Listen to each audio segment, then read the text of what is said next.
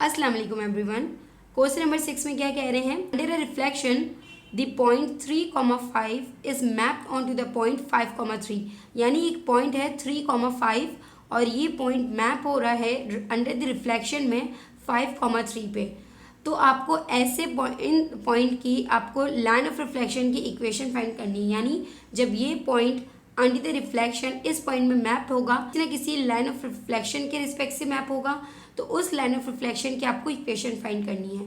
तो चलिए क्वेश्चन को स्टार्ट करते हैं। यहाँ पे सबसे पहला पॉइंट जो मुझे मैप करना है वो है 3,5। तो पॉइंट 3,5 होगा, यहाँ तक पॉइंट 3 हो गया और 5 1 2 3 4 5 ये आपके पास पॉइंट आ गया। अब इस पॉइंट को लेबल कर देते हैं 3,5।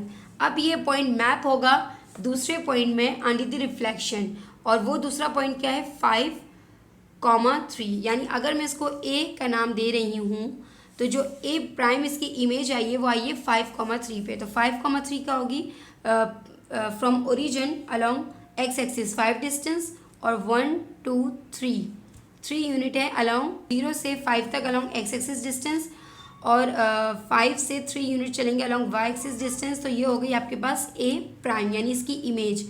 और इसकी इमेज कैसे फॉर्म हुई है 5,3।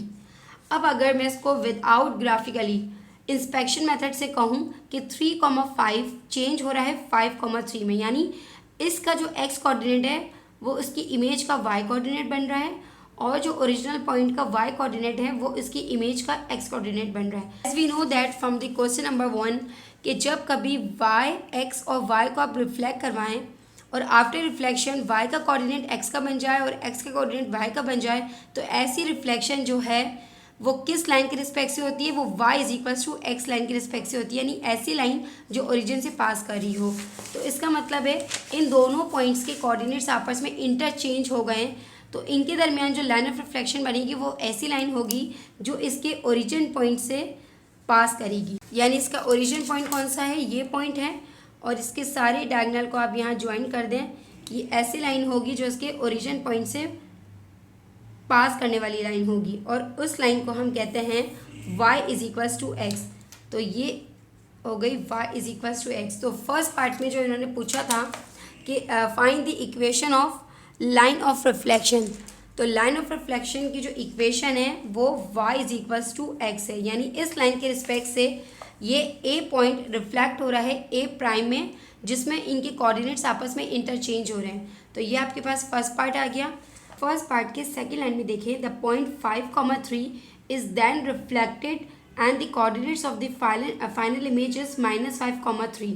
यानी अब ये जो पॉइंट है 5,3 जो इमेज फॉर्म कर रहा था, अब ये दोबारा से रिफ्लेक्ट होगा और जो इसकी फाइनल इमेज आएगी वो -5,3 आएगी।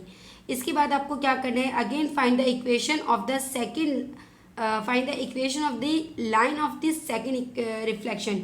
यानी अब ये पॉइंट जब इस पॉइंट में रिफ्लेक्ट हो रहा है तो वो अगेन किसी न किसी सर्टेन लाइन के रिस्पेक्ट से रिफ्लेक्ट हो रहा है। तो अब आपको उस सेकंड रिफ्लेक्शन लाइन की इक्वेशन फाइंड करनी है।